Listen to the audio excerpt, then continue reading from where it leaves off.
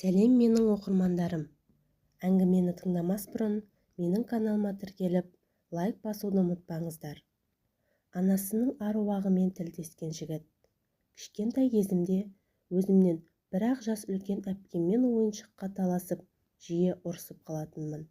Сонда әжем, құлыным, адам баласы бұл өмірге қонақ болып келген.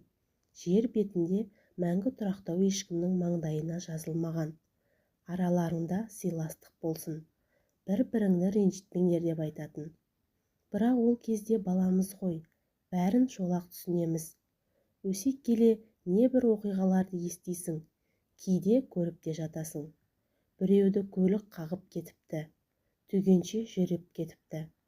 Осындайда әжемнің сөздері еріксіз есіме түсіп, ол кісі біліп айтқан ғой, мына жалғанда ешкімнің мәңгі тұрмайды деп қаласың.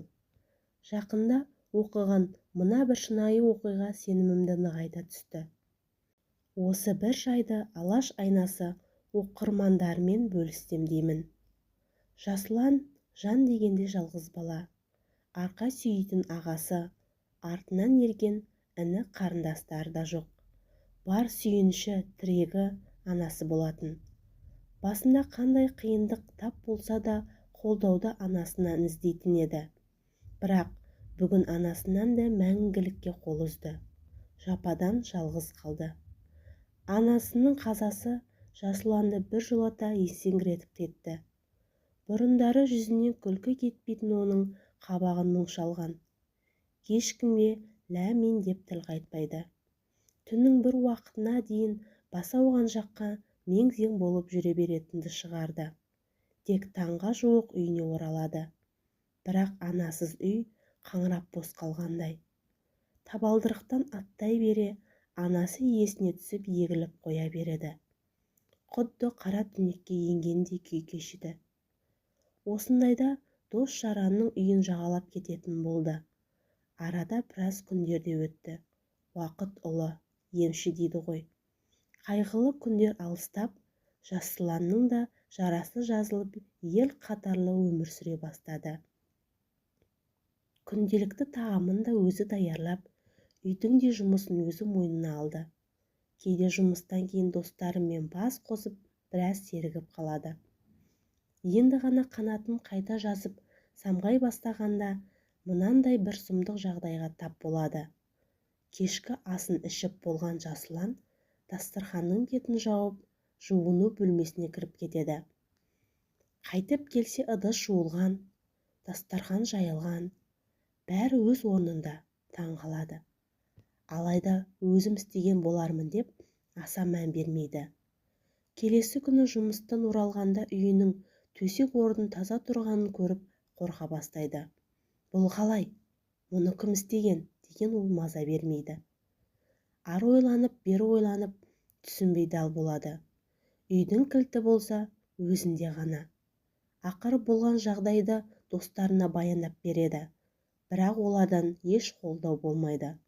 Қайта, есің ауған сенің деп мазаққа айналдырады. Қайғымен тағы да бетпе-бетке алған Жасұлан бұл жолы жұбанышты арақтан іздей бастайды. Тәлтіректеп екі аяғын кесек-кесек сырғып басып, Жасұлан пәтерінің алдына келіп тоқтады. Алба-жұлбасы шыққан шалбарының қалтасын қолын сұқты. Бармағына ілінген сымды жұлып алып, есікке қарай беттеді. Кілтті тұтқаға салып есікті ашты.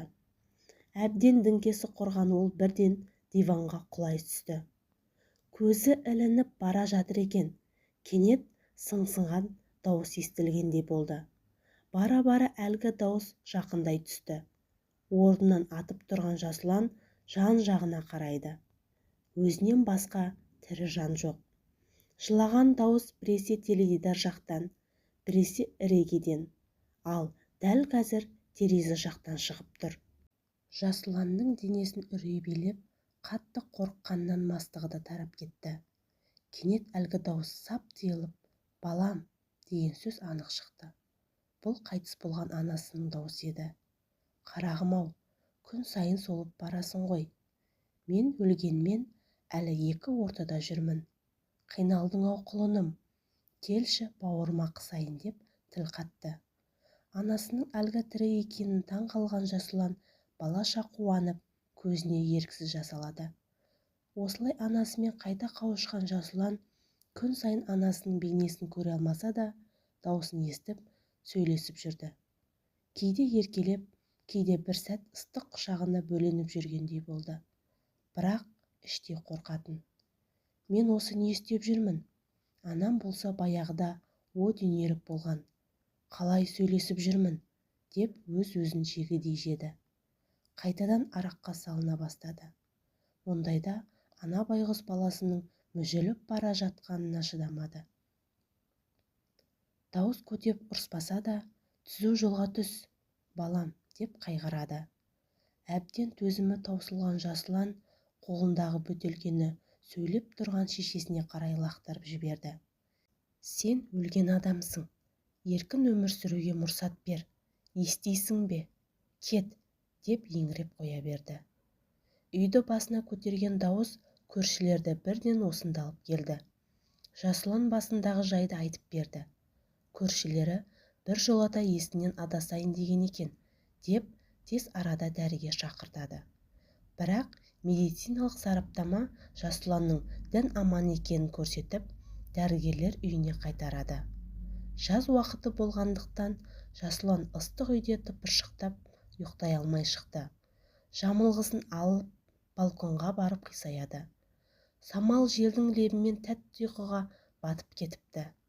Бір кезде қолы ұйып, мазасы қашып оянып кетеді. Қараса анасы екен, қимай қолынан ұстап тұрған. Қош бол шырағым, о дүниеде кездесерміз деп күрсіне шыққан анасының даусы бірте-бірте алыстап кетті. Бұл жолы мәңгілікке кеткен еді. Міне, содан бері Жасұланның оң қолы жансызданып сал болып қалды. Сол бір анасына жасаған опасыз әрекеті бүгінде жанын жегідей жеп, өзегін өртеп барады. Бірақ тым кеш еді.